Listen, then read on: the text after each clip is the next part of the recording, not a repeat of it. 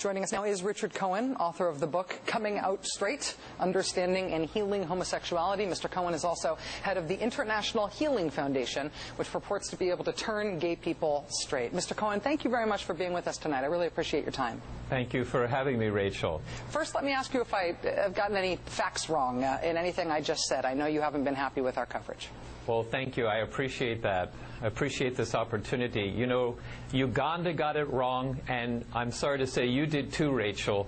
And I'm grateful to be here to set the record straight about the misrepresentation of our work. Since the 1950s, the Uganda government has punished people for engaging in homosexual behavior. So this is not new.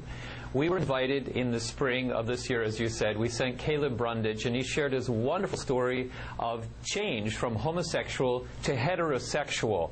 And he told them to have compassion, love, and understanding for all people who experience homosexual feelings.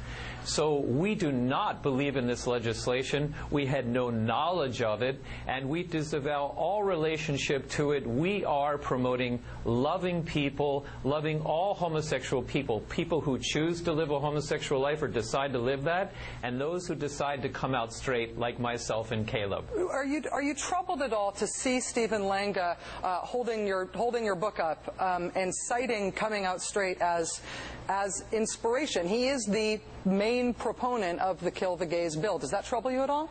Well, if you listen to his words, he only said that I was teaching about some of the causes, what we believe are the causes of homosexuality. We believe that nobody's born this way. You keep saying we think people choose to be gay. We do not believe that. I believe that psychologically there are many causes to this phenomena, which means change is possible. So we are not a political organization. We're a therapeutic counseling organization who provide help to men and women with unwanted same-sex attraction and their family members. We do not believe in this legislation, Rachel. We believe in tolerance and love for all people. I understand that you don't think of yourself as a political organization. The reason that you've been a subject of discussion on this show, and the reason I wanted to talk to you about tonight, is because your teaching and your activism have been used for a political purpose, which is to promote this bill. And I mean, as you said, Uganda has a Uganda has a history, as you said, going back many decades of criminalizing homosexuality. But you have told them, particularly in your book, Coming Out Straight, which I understood you donated multiple copies of to this organization that's promoting this bill, you're telling them exactly what they need to hear in order to justify the Kill the Gays bill. I mean, your book portrays gay people as predators who must be stopped to protect the innocent. No, not at all. And in fact, Caleb told me he, with passion, shared to these people what he experienced as a homosexual man. And as you heard Stephen Langa say, that people are searching for love. How could they punish? It's just incomprehensible that they would, like, you know, as you have said over the last few days in this bill, that they would want to incarcerate or to criminally punish these men and women. We are totally against that. We are for your right and anyone's right to live a homosexual life, and we're for the rights of those who seek change and want to come out straight. Let me try to make it more comprehensible to you. The legislator who sponsored the bill told the Associated Press today that he insists these strict measures, which I know you abhor, but these strict measures they're proposing, including execution, are necessary in their country to stop homosexuals from recruiting school children. Let me also just read to you from your book, okay, page 49.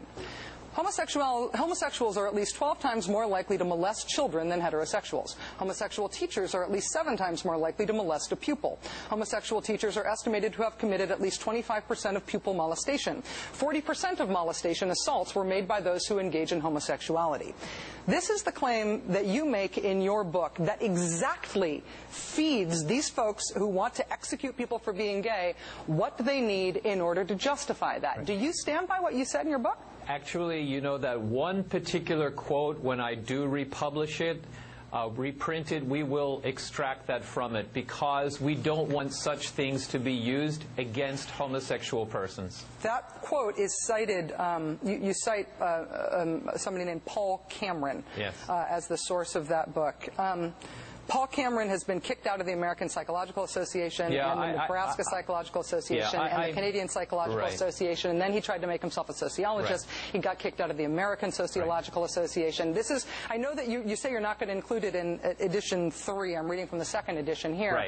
But this is made up, fake authoritative stuff that in other countries is being taken as science and used to justify, quite literally, killing gay people. Do you see now why you're being used in a political context here? I see that they're using it, but you took that one little quote out of a 300-page book, and the thrust and the gist of the text is why people have same-sex attraction and the opportunity for those with unwanted homosexual feelings to come out of homosexuality. There's nothing in there against people who experience same-sex attraction. And again, our teaching in this country, when we went to Uganda and all over the world, because I've helped thousands of people worldwide, Rachel, come out of homosexuality. And again, our message is one of love and compassion and understanding. Our website is changeispossible.com, and people can see our words for ourselves that we're about loving people. I'm happy to help. I mean, I realized I was taking the risk of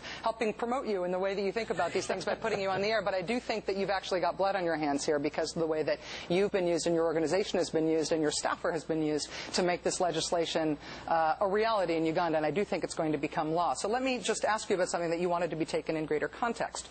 Your other recent book, Gay Children, Straight Parents, which I actually have to say I sort of particularly resent this book because I think people might pick it up without realizing that it's a homosexuality can be cured book. So I think you probably hurt a lot of people with this. But may I stop you for just a moment? Over the last few days, you've been very pejoratively saying we cure the gay away, and it was pray the gay away. We don't believe in any of that. We never use the cure word at all. We don't tell people to pray this away. That would be ridiculous because there's strong psychological underpinning for homosexual desires. So we're not trying to tell anybody what to do, Rachel. Again, we offer effective counseling, very effective, for those with unwanted same-sex attraction. And the Gay Children, Straight Parents book is for family members, and whether the kids change or not. We say in that book, I say that's not the goal of this treatment plan. It's to learn to love your children well. I will just quote to you from your own most recent newsletter. For the past 40 years, members of the gay rights movement have been indoctrinating members of society, targeting the youth. As a result of their strategic plan, millions of innocent young children have been enrolled into this false teaching and led into a homosexual lifestyle. The idea that you're not promoting the idea that gay people are something to be feared or that there's any threat from gay people